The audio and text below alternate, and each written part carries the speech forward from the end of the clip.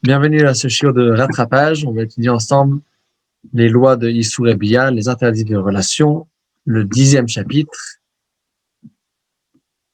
Et dans ce chapitre, on va voir les différentes lois de la Nida par rapport à la Touma Yoledet, lorsque la Nida enfante, lorsqu'elle accouche. Alors, il y a également une Touma qui se présente. Quelles sont les différentes lois de cette Touma-là? Et s'il y avait une fausse couche, on n'est pas sûr. Dans quel cas on considère que c'est suffisamment pour être considéré comme une fausse couche et donc c'est année? Dans quel cas c'est moins que cela, ça n'a pas encore développé, et donc la halakha serait théorique. Alors la première halakha du chapitre 10 nous dit Kol ayoledet mi'a kanida ואף על פי שלא ראת דם.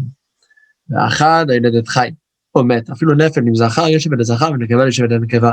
ושתיגמר צורתו, ואין צורת הוולד, נגמרת לפחות מ-40 יום, אחד זכר ואחד נקבה, והמפלת בתוך 40 יום, אין הטמאה לידה, אפילו ביום 40. Chaque femme qui accouche, qui donne naissance, même si il n'y a pas eu de sang qui était présent, quand même, elle sera tméa, et il faudrait qu'elle attende le temps qui est spécifié, que ce soit 1 semaine ou 2 semaines, ça dépend si c'est un garçon ou une fille. De toutes les manières, aujourd'hui, d'habitude, de toute façon, il y a plus qu'une ou 2 semaines à attendre après ce temps-là, vu que de toutes les manières, normalement, il faut attendre à ce qu'il y ait plus de sang. Si une femme, elle a fait une fausse couche, si c'est après 40 jours après 40 jours que c'était déjà concepté, alors là, elle est tméa. Si c'était dans les 40 jours de la conception, la femme reste téhora, reste pure. הלכה ב' הפילה בתוך יום 41 מאחר התשמיש, הרי זו ספק יולדת ותשב לזכר ולנקבה ולנידה, הייתה צורת האדם להקה ביותר, היא נקראת בעליל, הרי זו תשב לזכר ולנקבה, וזה נקרא שפיר מרוקם. Et si c'était le 41e jour, alors là, ça fait que c'est un doute si elle est considérée comme une yoledet, comme une femme qui a accouché ou pas.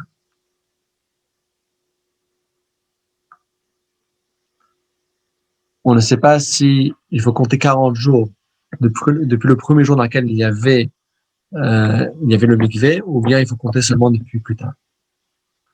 Alors, c'est pour ça que si c'était le 41e jour, c'est un safek, mais pour le safek, il faut également qu'elle suive toutes les lois de la Nida.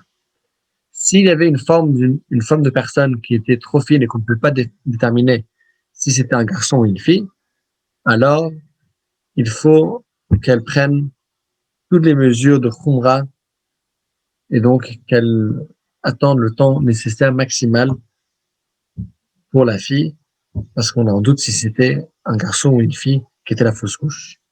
הלכה ג' איזה הוא שפיר מרוקם, תחילת בריאתו של האדם גופה קדשה, שתי עיניו כשתי טיפי זבוב מרוחקות זו מזו, שני חוטמיו כשני טיפי זבוב מקורבים זה לזה, פיו פתוח כחוט השערה וחיתוך ידיים ורגליים אין לו. Alors, qu'est-ce qui est considéré ce shafir merukam? Et donc, cette fausse couche, c'est donc quand l'enfant n'est pas encore développé, qu'est-ce qu'on peut déjà voir? Quel est l'ordre de développement du bébé? Alors, il dit que tout d'abord, son corps, il est vraiment tout petit, la taille d'une lentille. Et les deux yeux, on peut les voir dès le départ, déjà dès les 40 jours, comme deux petites gouttes qui sont là, une à côté de l'autre, éloignées l'une de l'autre. Après, il y a les deux trous des narines. C'est encore une fois comme deux petites gouttelettes, comme deux petits zvouv, deux petites mouches. La bouche, on peut voir également qu'il y a une toute petite ouverture quelque part. Par contre, les mains et les pieds, on ne voit pas encore dans le début du développement de l'enfant. Alors, à la khadalet, maintenant qu'on a la base et le premier développement du corps, on voit uniquement deux yeux, deux petits trous de narine et le trou de la bouche. et on voit ça vraiment de façon microscopique. Alors, il explique maintenant comment déterminer quel est le niveau de l'enfant. Alors, il dit dans la Racha 4, נתברך צורתו יותר מזה, ועדיין אינו ניכר בין זכר לנקבה, אין בודקים אותו במים אלא בשמן שהשמן מצחצחו, מביא קיסם שראשו חלק, ומנהל באותו מקום למעלה למטה, אם מסכסך בידו של זכר, וראה אותו מקום כשעורה סדוקה,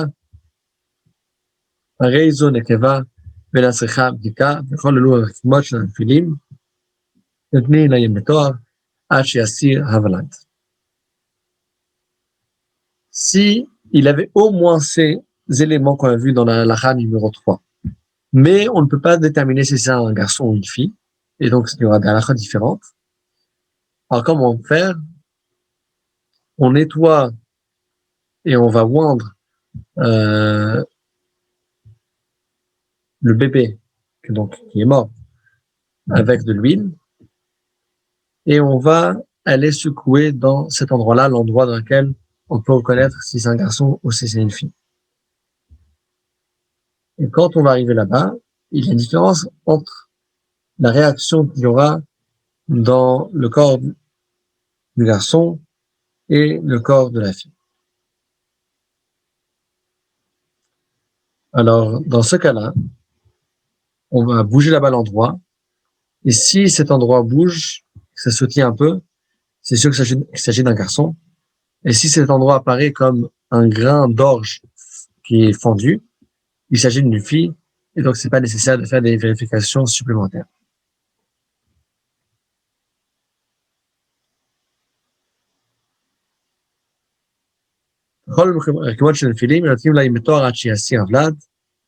Et dans tous ces cas-là, c'est si l'embryon il est déjà recouvert de duvet, et donc là, on va déterminer que l'embryon est déjà considéré comme un vrai embryon, et donc il va rendre impur là maintenant.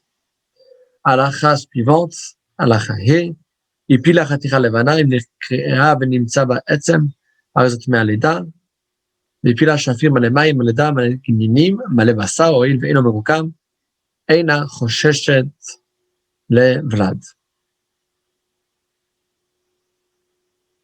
Alors, si la femme elle a émis une fausse couche et c'était un morceau de couleur blanche.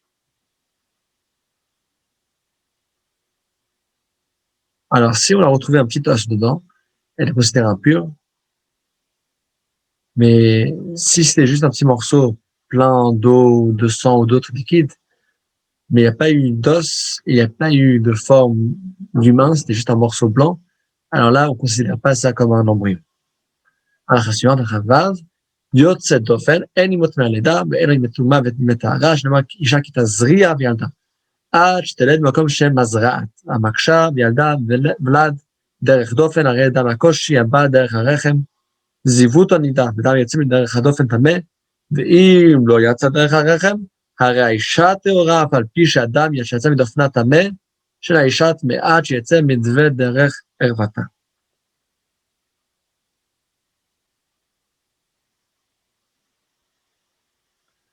Alors, l'enfant qui est né par césarienne, est-ce qu'il rend impur la maman ou pas? On dit que ça dépend. De façon générale et de principe, elle n'aura pas l'impureté de donner naissance, vu que le pasuk dit Ishak Tazria Vialta, ça veut dire que ça doit être de l'endroit naturel, et c'est de là-bas qu'il faut que l'enfant sorte pour rendre la maman impure. Par contre, pendant le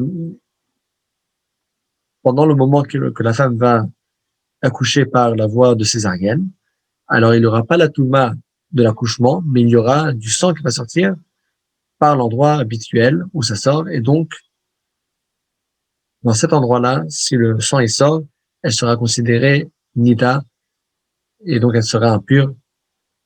Si, par contre, il n'y a pas de sang du tout qui est sorti, elle sera toujours considérée pure.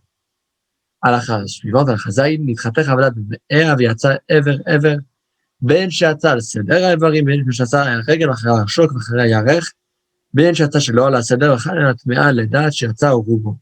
ויצא רובו ראשו כולו כאחת, הרי זה כרובו, ואם לא נתחתך, יצא כתחתו, ושיצא רוב פתחתו, הרי זה כילוד, ואף על פי שנתחתך אחר כך. הוציא העובר ידו והחזירה אימות מהלידה מדברי סופרים, ואין לה ימי תואר עד שיצא הוולד או רובו, כמו שאמרנו.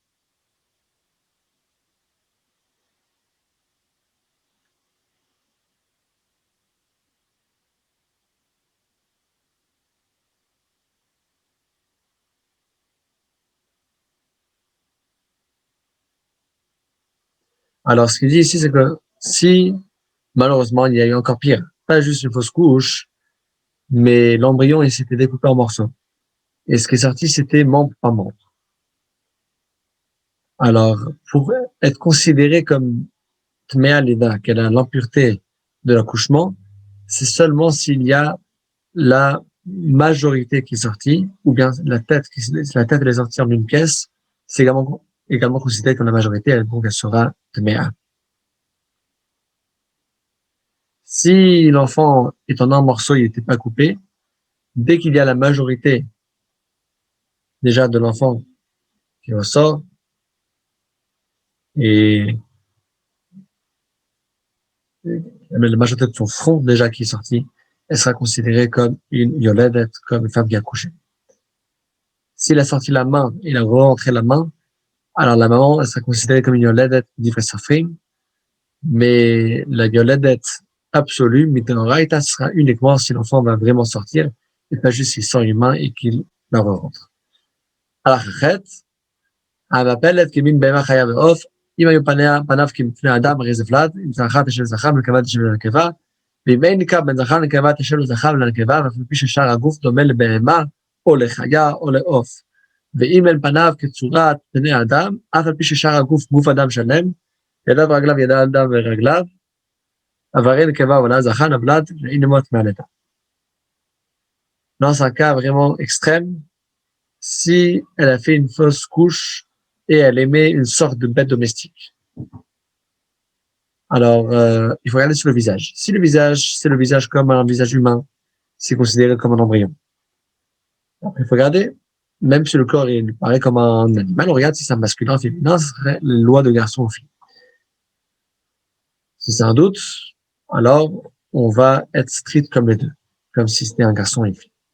Si par contre le visage n'est pas le visage humain, même si le corps entier est le corps humain, alors elle ne sera pas considérée violette, elle ne sera pas considérée comme une femme qui a accouché ou bien qui a fait une fausse couche. Alors maintenant qu'on a dit que c'est important de voir que la face du bébé de l'embryon soit la face d'un être humain, il faut connaître quelle est la définition halachique. Chaque être humain a l'air de quelque chose de différent. Quelle est la définition halachique de Tsurat Pnei Adam? C'est ce qu'on va voir dans la halachatet.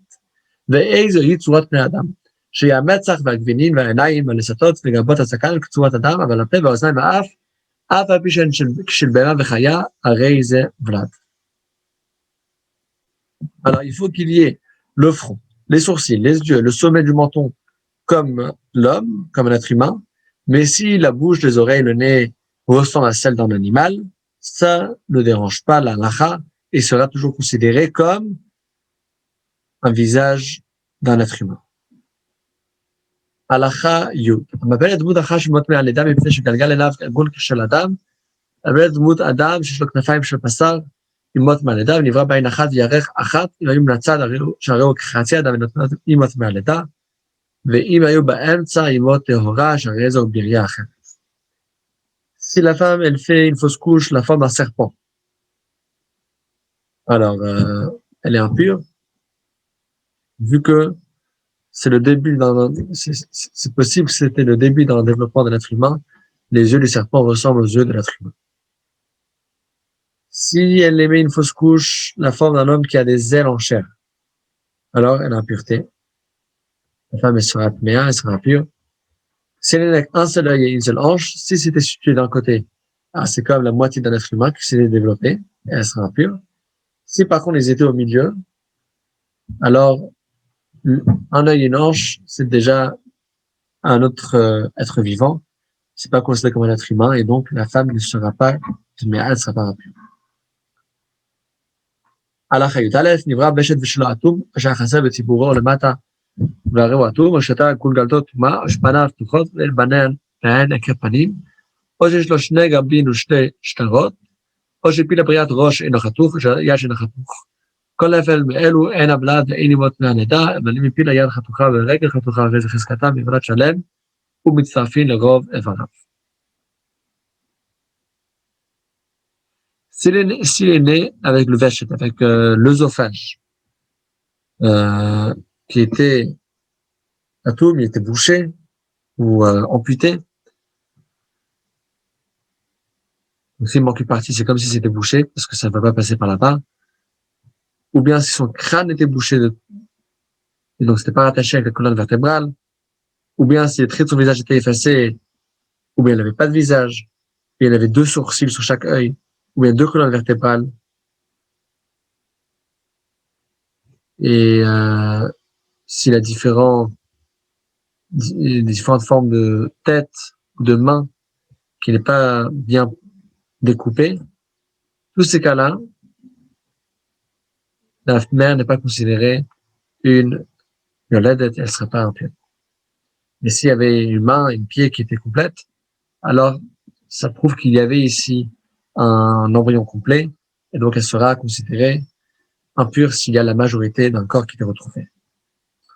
הלכה 12, פעמים יקפה משאר הדמים שיוצא מהם האדם, כחתיכה כמו לשון השור, תתהיה כרוכה על מקצת הוולד, ונקראת סנדן. לעולם יעשה סנדן זה, אלא עם ולד. החתיכה שלו צריכה לבדה בלא ולד, אין נקרא סנדן, ורוב העוברים לא יהיה מים סנדן, לפעמים ירקה מעוברת עבר על פתנה, יפרסד העובר ויעשה כסנדן זה, פעמים שבו הקר פנים, ופעמים יבש הוולד שתנה, ויקפו עליו הדמים, ושלא יישאר בו הקר פנים.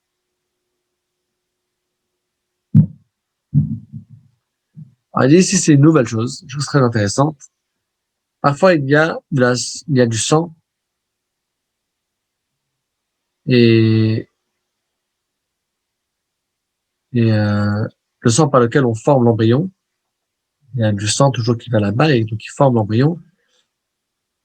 Ce sang-là, des fois, il peut se trouver à côté de l'embryon.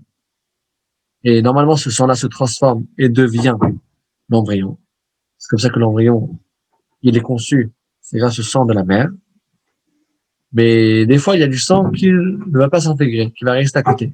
Et ce sang-là s'appelle sandal. Ce sandal-là, il vient juste s'il y a un embryon. S'il n'y a pas d'embryon, le sang il coule et il sort. Alors, normalement, la majorité des embryons n'ont pas de sandal, mais le sang, il s'intègre bien. Mais des fois, si, on va dire, la femme qui est enceinte, elle a eu un coup, là où il fallait pas, alors ce qu'on va faire, ce coup-là, il va frapper l'enfant, il va frapper l'embryon, il pourra mourir, et à cause de ça, il y aura le prochain sang qui va arriver, il va se mettre à côté, il va se coller sur lui, et après, lorsque la femme, elle va avoir une fausse couche, ce sera déjà peut-être plus clair qu'est-ce que c'était, on ne saura plus si c'est un garçon, si c'est une fille, quelle est la forme. Alors, ce qui est certain, c'est que quand on voit qu'il y avait des restes d'un embryon, alors on comprend qu'il y a eu quelque chose. Mais est-ce que c'est un garçon ou est-ce que c'est une fille? Alors, ce qu'on dit ici dans la 13, c'est les filles chachamapelet, zacha וסנדל נימו, אף על פי שאין עקב פנים בסנדל, הרי זאת השם לזכר ולנקבה, מה סנדל זה נקבה היה? לחומרה החמירו בו לטמא משום ולד, אף על פי שאין לו עזרת פנים, הואיל ואית מהלידה, מפני הוולד שאימו. Si une femme elle a une fausse couche, elle a émis un garçon avec un sandal, avec une couche épaisse de sang, alors cette couche-là, on ne sait pas, peut-être c'était une fille qui était là-bas. Puisque de toutes les manières, elle est déjà impure à cause du garçon qu'elle a eu la fausse couche, on va rajouter également les lois spécifiques à la fille. הלכה י"ד, החותלת, האהבה, שכמו חמץ שבתוכה נוצר הוולד, וקפת אותה ואת הסנדל. אם היה עמו סנדל, וכשהגיע הזמן לצאת קוריאה, אותה ויוצא, נקראת שיליה. וקצת ביתה דומה לחוט של ערב, וחלולה כחצוצרת, ואהבה כקורקבן התרנגולים, ואין שיליה פחותה מטפח.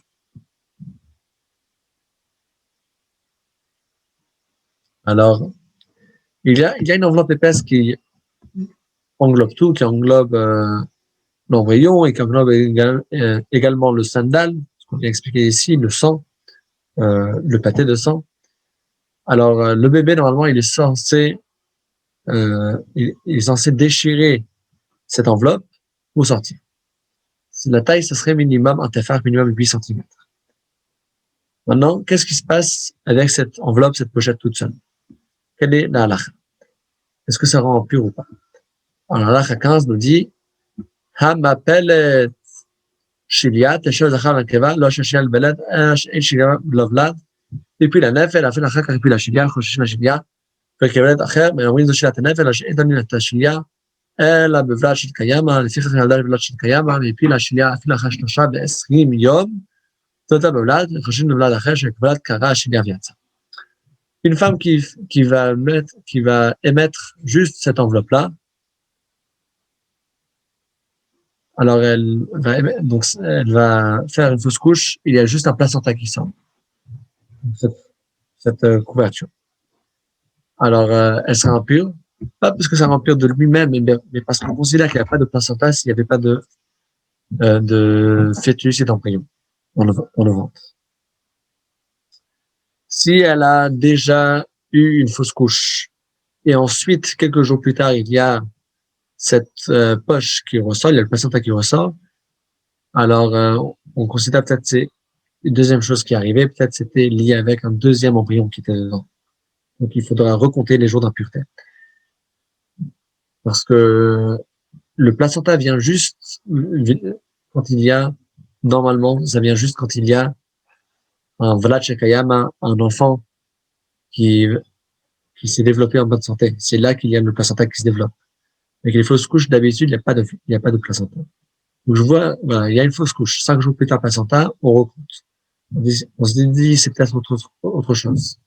Mais si la mère a accouché un enfant qui est resté sain et sauf et vivant, même si après, pendant les prochains 23 jours, elle va avoir une fausse couche avec un placenta, on considère que le placenta, c'est venu de ce même enfant qui est né, lui il a déchiré, il a laissé le placenta dehors, et finalement le corps a rejeté le placenta.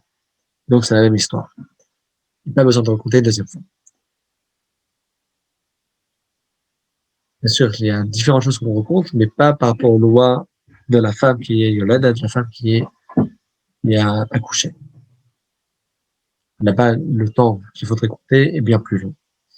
Comme expliqué dans les autres chapitres des lois de l'Issur Bia. הלכה ט"ז הלכה 16, הפילה שלייה תחילה, ואחר כך ידעה עם בלד שקיים, וחושנה שלייה שיבלד אחר, ונתן אותה בלד הבא אחריה, שתחל של שלייה לצאת לפני הבלד, יצאת מצד השלייה ביום ראשון, ומצד בשני, ונתן לה ביום ראשון, ונתן לה ימי טהרה, אלא ביום שני להחמיר.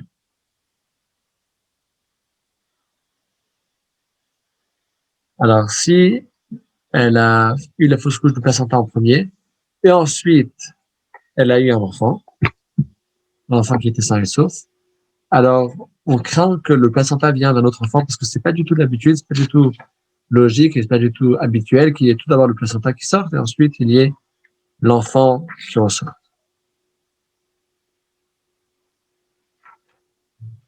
Et la race suivante,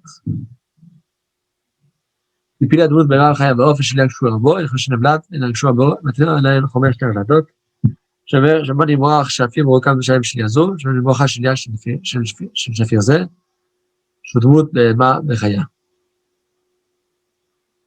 Si elle a une fausse couche, la forme d'un animal, et il y a une chilia, il y a un placenta qui est là-bas. Alors, ça dépend si le placenta, il est attaché ou pas. S'il est attaché avec la forme d'animal, on considère que ça vient de là-bas. Et donc, on ne craint pas qu'il y a autre chose. Mais si c'était pas accroché, pas attaché ensemble, on craint que peut-être il y a encore autre chose, peut-être à part cette forme d'animal, il y avait également un vrai embryon qui s'était développé. Donc là, il y aura les lois d'impureté de la femme Yoledet. On considère cette femme comme une femme qui a accouché, même si c'était une fausse couche. Halakha 18. כל אלו שחושבים לשלייה, אני בתואר, חומי שהפילה דבר שנובל לה, אלא שפיר, ובתוך 40 יום, יש עדיין לגמר צורתו, יצא עמו דם, הרי זה נידה או זבה, ויצא ירבה שלו בדם, הרי זו טהורה.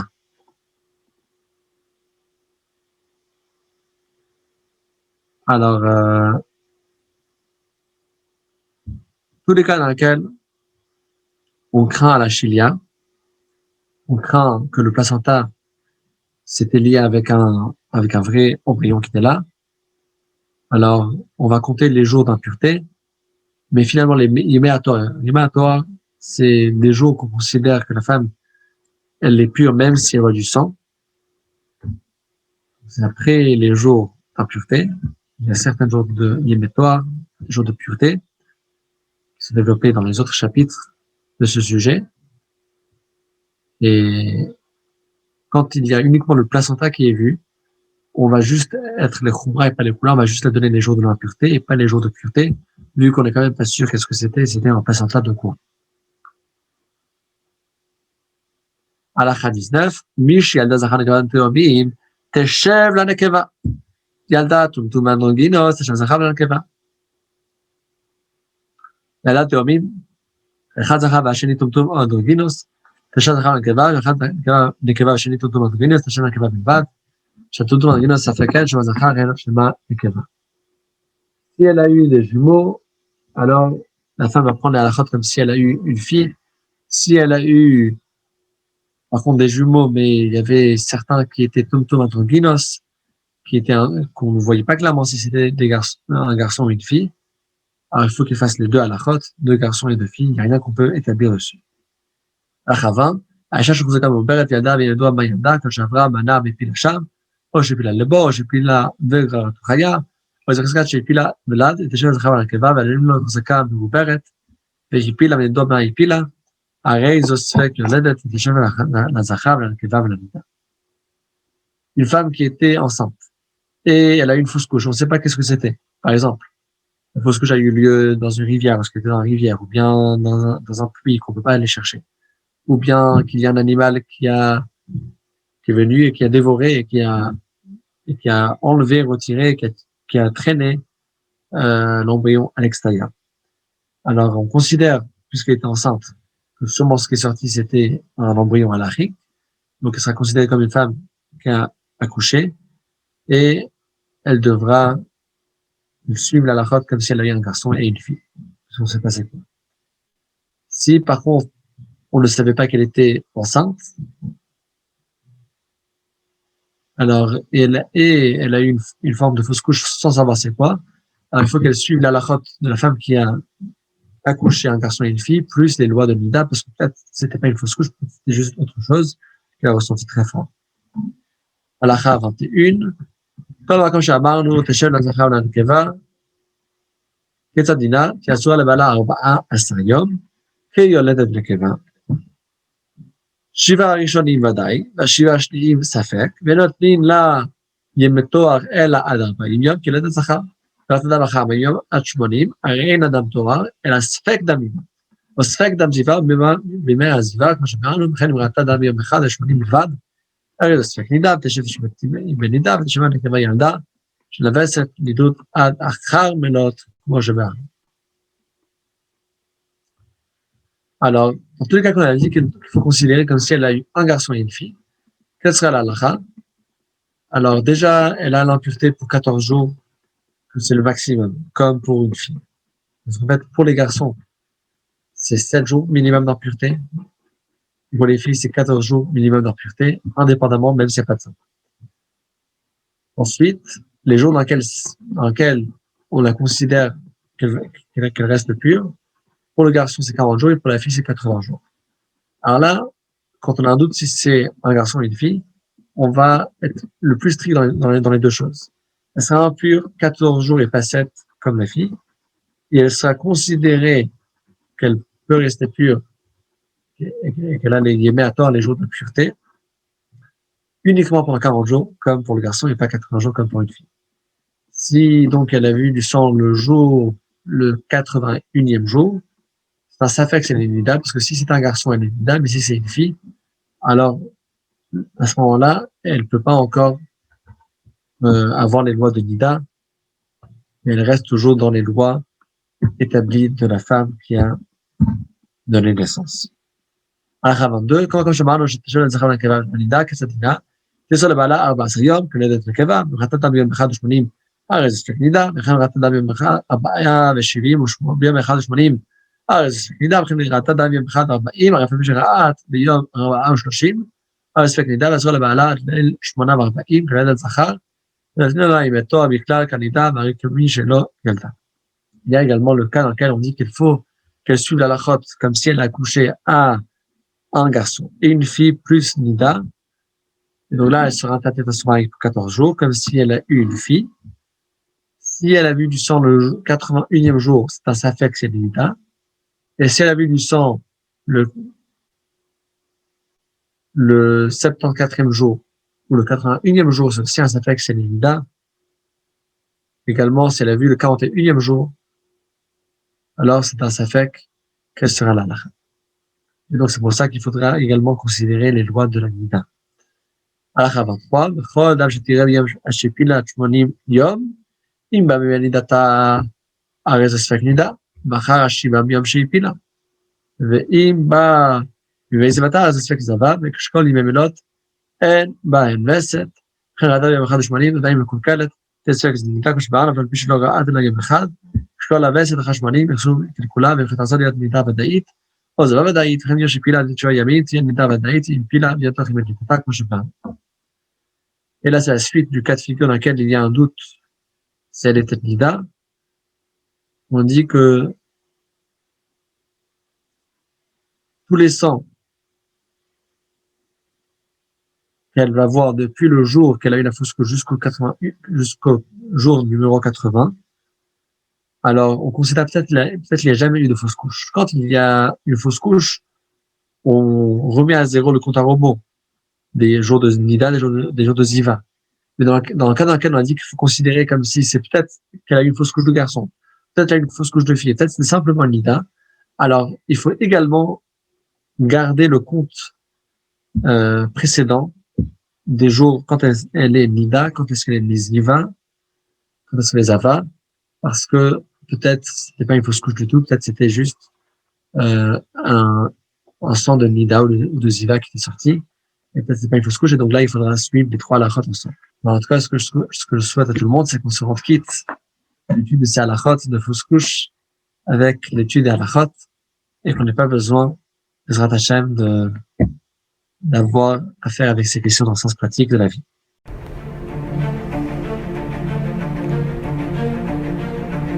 Et si connaître toute la Torah était possible, plongez-vous dans les joyaux de la Torah. Étude du Rambam, le Maïmonide, cours de qualité par des rabbins francophones aux quatre coins du globe. Un chapitre chaque jour, à raison de 20 minutes, pour finir en moins de 3 ans l'apprentissage de la Torah. Relevez le challenge, tous les soirs en direct à 20h30 ou 21h30 heure israélienne. Nos cours sont accessibles à tout moment, YouTube, Facebook et sur notre site torah24.com.